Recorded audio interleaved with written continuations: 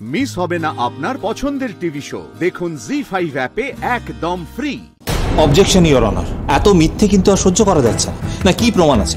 আমার লার্নেড ফ্রেন্ডের কাছে কি প্রমাণ আছে যে মানুষটা অ্যাটাক করতে এসেছিল সে শিমুল ব্যানার্জিরই লোক, বা শিমুল ব্যানার্জি তাকে শিখিয়ে পড়িয়ে নিয়ে এসেছিলেন? তাহলে তো এটা বলতে হয় ইওর অনার যে আমার লার্নেড ফ্রেন্ড এখন কাউকে শিখিয়ে পড়িয়ে সাক্ষী দেওয়ার জন্য নিয়ে এসছেন। না, আমাদের কাছে এরকম অভিজ্ঞতা কিন্তু আগেও আছে অন্যান্য কেস থেকে। তার মানে তো এটা প্রমাণ হয় না বা এটাকেই গ্রাহ্য করা যায় না। উনি প্রমাণ দিচ্ছেন যে শিমুল ব্যানার্জি কোনো একজন লোককে শিখিয়ে দিয়েছিলেন, পলাশ ব্যানার্জির নাম বলানোর প্ল্যান করেছিলেন। আপনি প্রমাণ করুন। আপনি যদি প্রমাণ করতে পারেন তাহলে আমি আপনার কথাই শুনবো। এখন আপনি বসুন, আপনি বলুন আপনি কাকে এনেছেন। দেখুন, যে কথাগুলো বলা হচ্ছে একটাও সত্যি কথা নয়, সব মিথ্যে কথা। হ্যাঁ, আমি পরাগ ব্যানার্জিকে ভালোবাসি, এ কথা ঠিক যে একটা সময় ও আমার উপর নির্যাতন করতো, কিন্তু এখন মানুষটা নিজের ভুল বুঝেছে, সে সত্যি ভুল বুঝেছে, আর এখন মানুষটা অসহায়, তার ট্রিটমেন্ট চলছে। আমিও চাই তার ট্রিটমেন্ট করাতে, তাকে সুস্থ করে তুলতে। আর পলাশ ব্যানার্জি, বিশ্বাস করুন আমার ওর প্রতি কোনো অসৎ উদ্দেশ্য ছিল না, আমি কখনো ওর ক্ষতি করার কথা ভাবিনি। হ্যাঁ, পলাশ ব্যানার্জি আর পলাশ ব্যানার্জির স্ত্রী আমার সাথে অনেক খারাপ ব্যবহার করেছে, তার প্রতিবাদ হয়তো আমি করেছি, কিন্তু তার মানে এটা নয় যে আমি তাকে ফাঁসানোর চেষ্টা করেছি। সেই চেষ্টা কিন্তু আমি কোনোদিনও করিনি, এরকম ভাবনা আমার কল্পনাতেও ছিল না। ইওর অনার, আপনি যদি অনুমতি করেন আমি উমেশ বর্ধন নামে এক ব্যক্তিকে আদালতের সামনে হাজির করতে চাই। অনুমতি দেওয়া হলো। Thank you. উমেশ বাবু আসুন।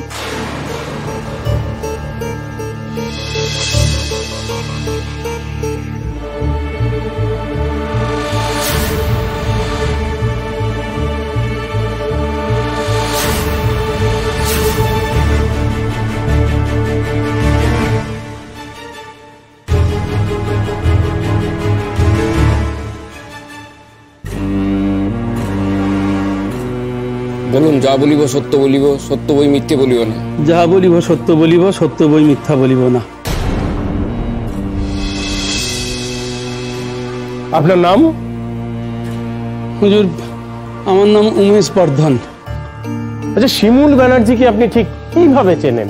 হুজুর, আমি শিমুল ব্যানার্জি স্কুলের সামনের রাস্তায় চানাচুর, বাদাম এইসব জিনিস বিক্রি করতাম, সেই সূত্রেই ওনার সঙ্গে আমার আলাপ। আমার বাড়িতে আমার স্ত্রী খুব অসুস্থ ছিলেন, সেই জন্য আমার অনেক টাকার দরকার ছিল। আমি ম্যাডামের কাছে অর্থ সাহায্য চাই। তখন উনি বলেন যে তুমি এই কাজ করে কি অর্থ রোজগার করতে পারবে, তার চেয়ে তুমি যদি আমার একটা কাজ করে দাও আমি তোমাকে অনেক টাকা দিতে পারি। আমি তখন বলি, বলুন কি কাজ? তখন উনি বলেন যে আমি যখন সন্ধ্যেতে স্কুল থেকে স্টেশনের রাস্তায় ফিরবো তখন তুমি আমাকে অন্ধকারের মধ্যে অ্যাটাক করো। আমি বললাম, এটা কি কাজ ম্যাডাম? তখন উনি বললেন যে না, এটা একটা নাটকের রিহার্সেল, এটা করলে আমি তোমাকে টাকাটা দেবো। আমি আমার স্ত্রীকে খুব ভালোবাসি স্যার, ওর চিকিৎসার জন্য টাকাটা দরকার ছিল, সেই জন্য আমি রাজি হয়ে যাই। উনি আমাকে অ্যাডভান্স হিসেবে 15,000 টাকা দেন এবং বলেন যে এ কথা তুমি কাউকে কোনোদিন বলবে না। তারপর আমি কাজটা কমপ্লিট করার পর উনি আমাকে আরও 15,000 টাকা দেন। কিন্তু কাজটা করে আমি বুঝতে পারি যে আমি একটা ষড়যন্ত্রে জড়িয়ে পড়েছি। তখন আমি থানায় গিয়ে সব ঘটনাটা বলতে চাই। বলার জন্য আমি থানার ওখানে যাই, গিয়ে উকিল সাহেবের সঙ্গে আমার দেখা হয়। তখন আমি ওনাকে পুরো ঘটনাটা খুলে বলি। তখন উনি বলেন যে ঠিক আছে, তোমার কোনো ভয় নেই, তুমি অনিচ্ছাকৃতভাবে এই কাজটা করেছো, তোমার কিছু বিপদ হবে না, তুমি কোর্টে গিয়ে যেটা বলার সত্যি কথা বলো। আমি সত্যি কথা বলছি স্যার, আমি অনিচ্ছাকৃতভাবে করেছি এই কাজটা, আমি কোনো অপরাধ করিনি, আমাকে আপনি ক্ষমা করে দিন। আমি এখন 30,000 টাকা ম্যাডামকে ফেরত দিয়ে দিতে পারি। আমি না জেনে এই চক্রান্তে জড়িয়ে পড়েছি। ইওর অনার, আমি একেবারে জলজ্যান্ত প্রমাণ আপনার সামনে তুলে ধরলাম। আপনি নিজেই শুনলেন যে শিমুল ব্যানার্জি টাকার বিনিময়ে, টাকার লোভ দেখিয়ে একটা নাটক করে কিভাবে পলাশ ব্যানার্জিকে আশাবাদ চক্রান্ত করেছিল। কতখানি প্ল্যান থাকলে, দুরভিসন্ধি থাকলে এরকম একটা জঘন্য কাজ করা যায়। ইয়েস ইওর অনার, এই হচ্ছে শিমুল ব্যানার্জি।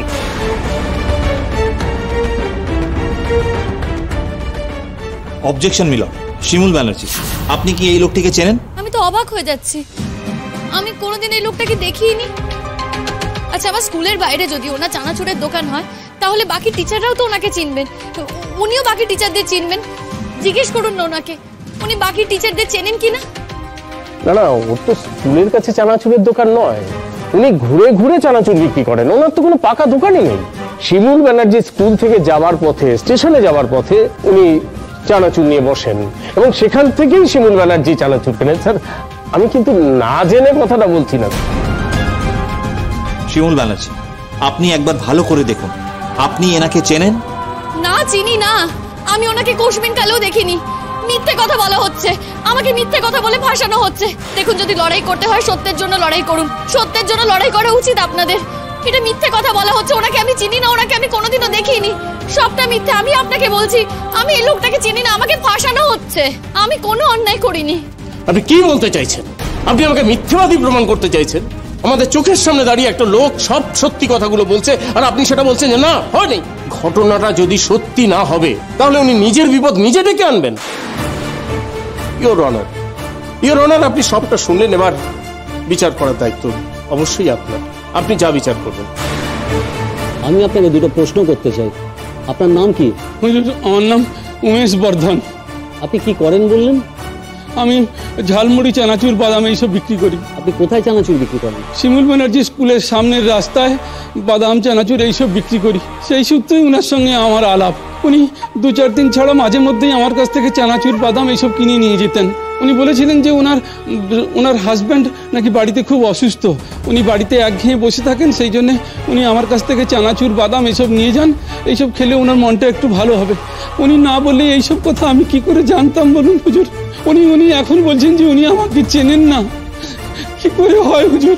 তো উনি আপনাকে আগুনে ঝাঁপ দিতে বললেই কি আপনি আগুনে ঝাঁপ দিতেন? উনি আপনাকে বললেন অন্ধকার রাস্তায় অ্যাটাক করতে, আপনার মনে প্রশ্ন হলো না?